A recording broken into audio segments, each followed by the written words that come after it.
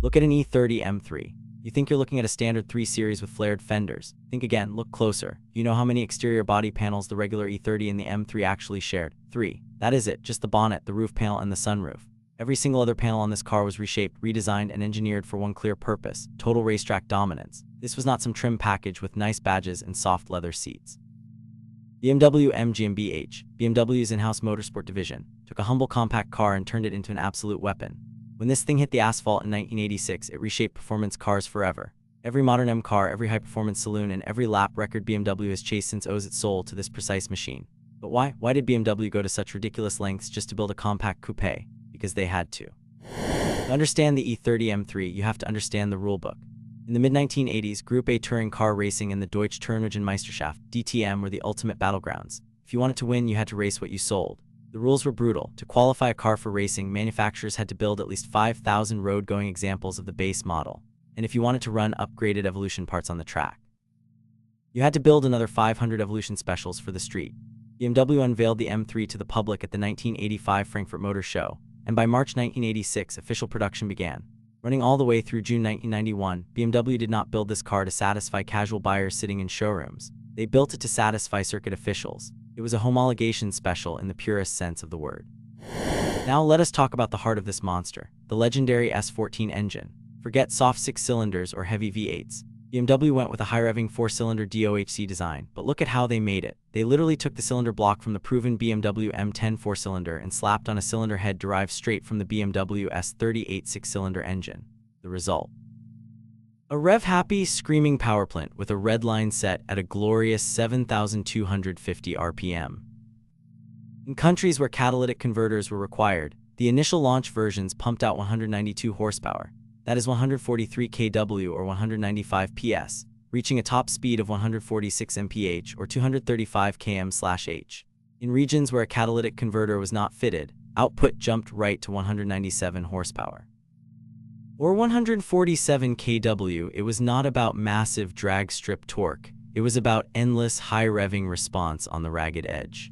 And how did all that power get to the rear wheels? Through a Getrag 265 5-speed manual transmission backed up by a standard clutch-type limited-slip differential. But depending on where you lived, the driving experience was wildly different.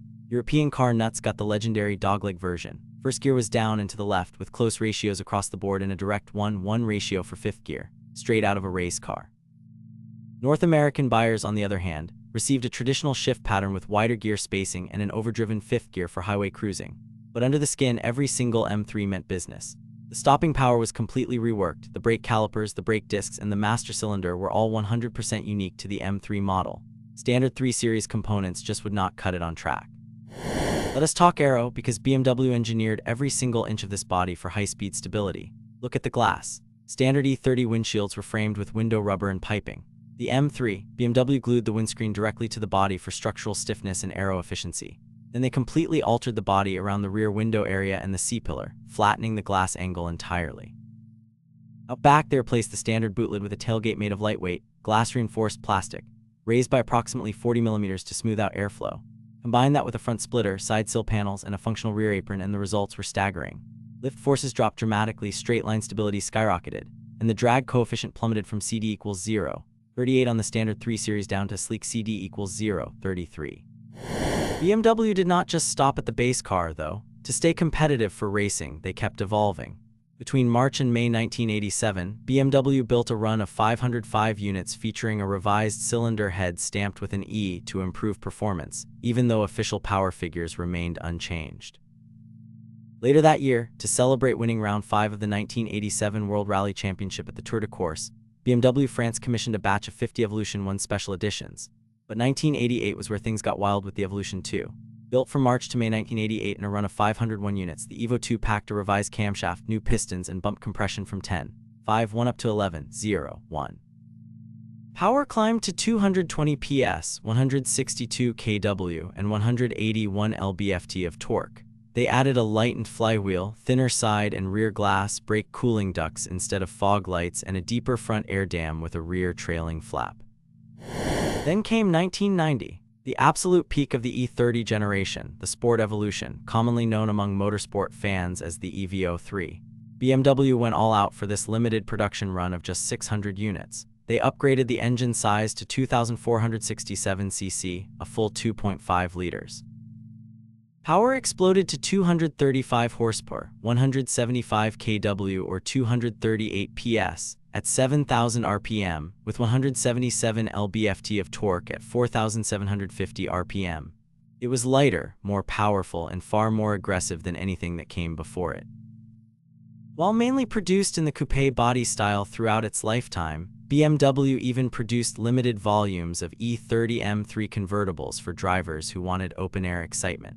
But whether a convertible or a hardtop coupe, the Sport Evolution was the ultimate expression of homologation engineering. After production officially ended in June 1991, the iconic M3 badge went on to grace saloons during the E36 and E90 eras, rebranded its coupes and convertibles to the 4 Series and M4 in 2014, and eventually saw an M3 touring estate in 2020. But none of them capture the raw, mechanical purity of the original. In 2004, Sports Car International placed the E30 M3 at number 6 on their list of top sports cars of the 1980s. In 2007, Automobile Magazine included it in their 5 greatest drivers' cars of all time. It was not built to be a comfortable luxury cruiser or a daily commuter. It was a purpose-built race car for the street that forced the rest of the automotive world to take notice.